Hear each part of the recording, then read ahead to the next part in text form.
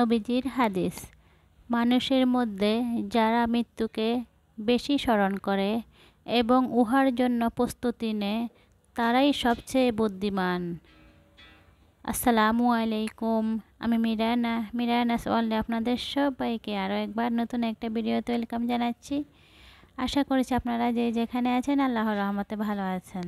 আমরাও আলহামদুলিল্লাহ ভালো আছি।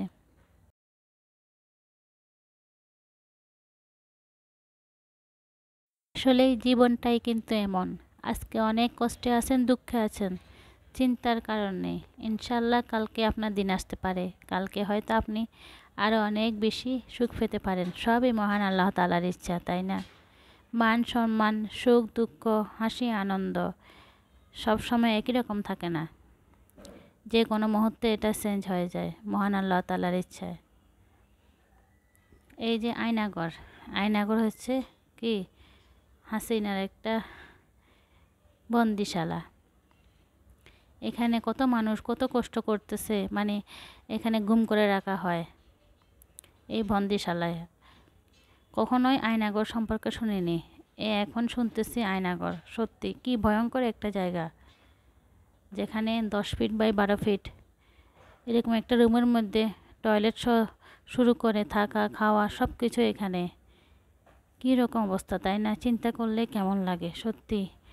কোথায় দিন কোথায় রাত, কি সূর্য কি চন্দ্র সবে যেন মিথ্যে, মানে সব কিছুই অন্ধকার, একই রকম মনে হয়। দিন রাত চন্দ্র সূর্য 10 ফুট বাই 12 ফুট একটা রুমের মধ্যে থাকতে হয়। কি ভয়ানক অবস্থা, মনে উঠলেই যেন গা শিউরে ওঠে, গায়ে কাটা দেয়।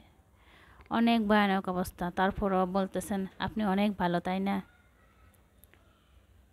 যাই হোক, সব কিছু মহান আল্লাহ তাআলার ইচ্ছা, আল্লাহ যা করে ভালোর জন্যই করেন। এই যে এত সম্মান এত অহংকার কোথায় গেল? আল্লাহ সব কিছু এক নিমেষেই ধূলিসাৎ করে দিলেন। অসম্ভবকে একমাত্র আল্লাহ তাআলাই সম্ভব করে দিলেন। এই জন্য সবার কথাই বলতেছি, এত অহংকার করে কোনো লাভ নেই, দম্ভ দেখিয়ে কোনো লাভ নেই। আজ আমার মান সম্মান আছে, টাকা পয়সা আছে, অর্থবিত্ত আছে, অনেক কিছুই আছে, কিন্তু কাল নাও থাকতে পারে। কাল এভাবে কিন্তু সব ধ্বংস হয়ে যেতে পারে। এটা চিন্তা করতে হবে, কখন কার সময় আসবে কেউ জানে না। মান সম্মানের মালিকও আল্লাহ, ধন সম্পদের মালিকও আল্লাহ। উনি চাইলে সব কিছুই করতে পারেন, সব কিছুই কিন্তু আল্লাহর ইচ্ছা। আমার বাসার উপর থেকে দেখেন দেখা যাচ্ছে, এখানে সবাই কিন্তু আজকে মনে হচ্ছে স্বাধীনতা পেয়ে অনেক সুখে আছে। আমি কিন্তু ওই দিন সারাদিন বাইরে ছিলাম, সন্ধ্যার পরে আসার সময় আমার ছোটো ভাইয়ের বাসায় গিয়েছিলাম।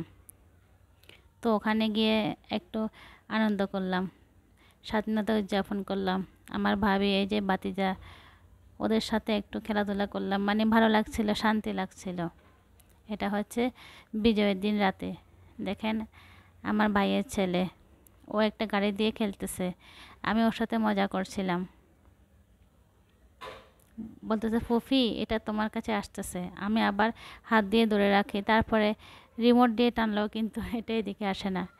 ওর সাথে একটু মজা করছিলাম। তারপরে রাতের বেলায় চলে এলাম বাসায়, এসে কিন্তু আমার ফুলগুলো দেখলাম, বেলে ফুল, মনটা জড়িয়ে গেল। আজকে মনে হচ্ছে ফুলগুলো আরও বেশি সুন্দর হয়ে গিয়েছে। দেশ স্বাধীন হয়েছে, ফুলগুলো মনে হচ্ছে স্বাধীনতা পেয়েছে। অনেক সুন্দর লাগছিল, মনের মধ্যে একটা শান্তি প্রশান্তি কাজ করছিল। আল্লাহ আমাদের দেশটাকে একটা সুন্দরভাবে চলার গড়ে তোলার জন্য একজন ভালো ধার্মিক গ্রহণযোগ্য ব্যক্তি আমাদের জন্য পাঠিয়ে দিন, আমিন।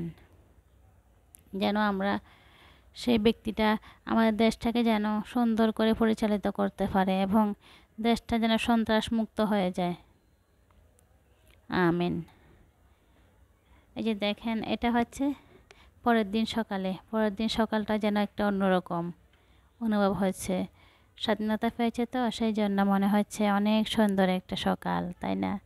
দেখতে ভালো লাগছিল, ফজরের নামাজের পরে সকালটা অনেক সুন্দর লাগছিল। আমি একটু ভিডিও শ্যুট করলাম। আমরা তো স্বাধীন হয়েছি, এখন আসলে এটা কিন্তু সত্যি কথা, স্বাধীনতা অর্জনের চেয়ে স্বাধীনতা রক্ষা করা অনেক কঠিন।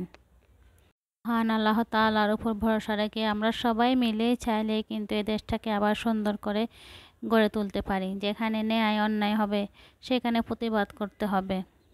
যেখানে শ্রমিকের ঘাম ঝরার আগে টাকা দেয় না, পারিশ্রমিক দেয় না, সেখানে আমরা ঝাঁপিয়ে পড়ব। আমরা সবাই যদি একজোট হয়ে অন্যায়ের প্রতিবাদ করি তাহলে ইনশাল্লাহ আমাদের দেশটা সুন্দরভাবে গঠিত হবে। সবাইকে কিন্তু সাহায্য সহযোগিতা করতে হবে, না হলে কিন্তু কয়েকজন দ্বারা এই দেশ পরিচালনা করা সম্ভব হবে না। সবাইকে সাহায্য সহযোগিতা করলে কিন্তু দেশটা অনেক সুন্দর হবে ইনশাল্লাহ। অনেক কথাই বলে ফেললাম। আমার কথা বলার মাঝে যদি কোনো ভুল হয় থাকে তাহলে প্লিজ ক্ষমা করে দিবেন। এটা হচ্ছে সকালবেলা, মানে বিজয়ের পরের দিন সকালে। দেখেন আমি এখানে এই যে বান বানিয়েছি, এই বানটা একসঙ্গে 6টা দিয়ে দিলাম। এটা সকালে নাস্তা করব, আমার কাছে অনেক ভালো লাগে। গরম গরম বান দিয়ে সকালে চা দিয়ে খাবো, ডিম পোস্ট দিয়ে, এটা কিন্তু অনেক মজা হয়। দেখেন কি সুন্দর হয়েছে, তুলতুলে একদম। সকালে নাস্তা করে ফেললাম। এটা হচ্ছে দুপুরবেলা এটা লাউ রান্না করতেছি আর ডিম ভেজে দিলাম। আপনারা কেউ খেয়েছেন ডিম ভেজে লাউ রান্না? আমি কিন্তু অনেকবার খেয়েছি, মজা লাগে তো তাই। লাউ রান্না করেছি আর ডিম ভেজে উপর দিয়ে ছোটো করে পিস করে দিয়ে দিলাম। খেতে কিন্তু দুর্দান্ত হয়। আমাদের জীবনটা মনে হয় পাল্টে গিয়েছে, তাই না? তবে এখন একটু কষ্ট লাগতেছে। কেন লাগতেছে কষ্ট? চারদিকে কেন জানি হাহাকার হচ্ছে। দেশ স্বাধীন হলো, তারপরেও যেন কেন একটা কিছুর অভাব হচ্ছে। এটা হচ্ছে কি, আমরা কি ঠিক মতো সবাই দেশটাকে গঠন করতে পারবো? এই যে আজকে গতকালকে রাত্রে মিরপুরে, আমার বোন মিরপুর 13 থাকে, ওখানেও কিন্তু ডাকাতি হয়েছে। ওই যে ওদের বাসার পাশেই কিন্তু ডাকাতি হয়েছে। আসলে কিন্তু এটা অনেক ভয়ানক। যেহেতু পুলিশ সদস্যরা কাজে নিয়োগ দিচ্ছেন না, সেই জন্য কিন্তু এই যে ডাকাতরা হামলা করতেছে। এই ডাকাতরা কারা, কোন দল, আমরা কেউই জানি না। আমরা এটাই চাই, একটা শান্তির দেশ।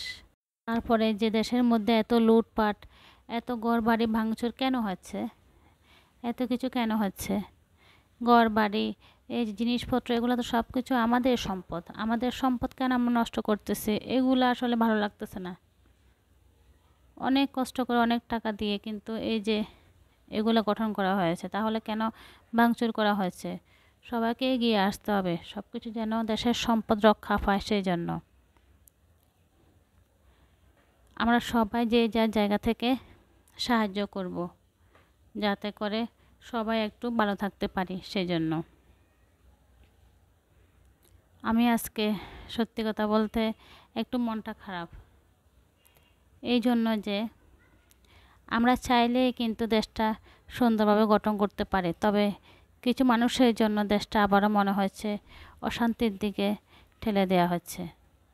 গুলো তাজা পান, তাজা রক্ত ঝরে এই দেশটা আবার নতুন করে স্বাধীন হলো। তাহলে কোথায় স্বাধীনতার মূল্য? তারা তো নিজের প্রাণ দিয়ে দেশটাকে স্বাধীন করে গিয়েছেন। আবু সাইদ, মুগ্ধ, আরও অনেক অনেক ভাই বোনেরা তাদের জীবন দিয়ে দেশটাকে আবার নতুন করে স্বাধীন করলেন। আমাদের সবার উচিত তাদের এই ত্যাগকে সম্মান জানিয়ে দেশটাকে শান্তির দিকে পরিচালনা করা। সবাই মিলে চেষ্টা করলে ইনশাল্লাহ দেশটা অনেক সুন্দরভাবে গড়ে উঠবে। যেখানে দুঃখ কষ্ট থাকবে সেখানে আমরা ঝাঁপিয়ে পড়ব। যেখানে অন্যায় হবে, অবিচার হবে, সেখানে আমরা ঝাঁপিয়ে পড়ব। এই যে দেশটাকে কিছু সবাই মিলে মন থেকে দোয়া করি, আল্লাহ যারা এই দেশটাকে স্বাধীন করেছেন, যারা তাদের বুকে তাজা রক্ত দিয়ে, তাদের ত্যাগ দিয়ে স্বাধীন করে দিয়ে গেছেন, আল্লাহ সবাইকে ক্ষমা করে দিয়ে জান্নাতুল ফেরদাউস নসিব করুন, আমিন। এবং যারা আহত অবস্থায় হাসপাতালে আছেন, অনেক কষ্ট করতেছেন, আল্লাহ তাদের কষ্ট লাঘব করে দেন। তাদেরকে পরিপূর্ণ সুস্থতা দান করুন। আমিন। আমরা সবাই সবার জন্য দোয়া করতে পারি, এইটুকুই পারতেছি, আর কিছুই না। আমার প্রিয় আপুরা ভাইয়েরা, আমাকে কেউ ভুল বুঝবেন না। আমি আপনাদের সবার ভিডিও দেখি, কিন্তু আসলে অনেক সময় কমেন্ট করতে এখন ইচ্ছে করতেছে না। ভিডিও দেখার পরেও কিন্তু কমেন্ট করতেছি না, কেন জানি না। মনের মধ্যে একটা অশান্তি কাজ করতেছে।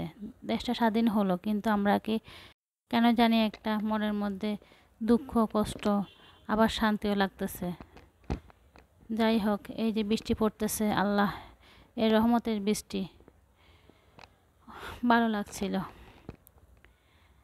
আপনাদের অনেকের ভিডিও আমি দেখি, সবার ভিডিও দেখি, দেখার পরে কয়েকজনের হয়তো বা কমেন্টস করি, কারো কমেন্টস করতে ভালো লাগে না, মানে ভিডিও অন করে রেখে দিই, শান্তি লাগতেছে না এই জন্য। যাই হোক, সবার জন্য মন থেকে অনেক অনেক দোয়া রইল। আল্লাহ সবাইকে সুস্থ রাখুন, ভালো রাখুন, যে যেখানে আছেন আল্লাহ সবাইকে নিরাপদে রাখুন, সেই কামনাই করছি। এই যে দেখেন, এখানে কেকগুলা আমার মেয়েদেরকে দেয়া হয়েছে। উনি এই দেখেন, একটা বক্সে অনেক রকমের কেক ছিল, নিয়ে এসেছেন, তারপরে মেয়েকে দিয়েছেন। মেয়ে তো অনেক খুশি, একটা বক্সে অনেকগুলো কেক দেখে।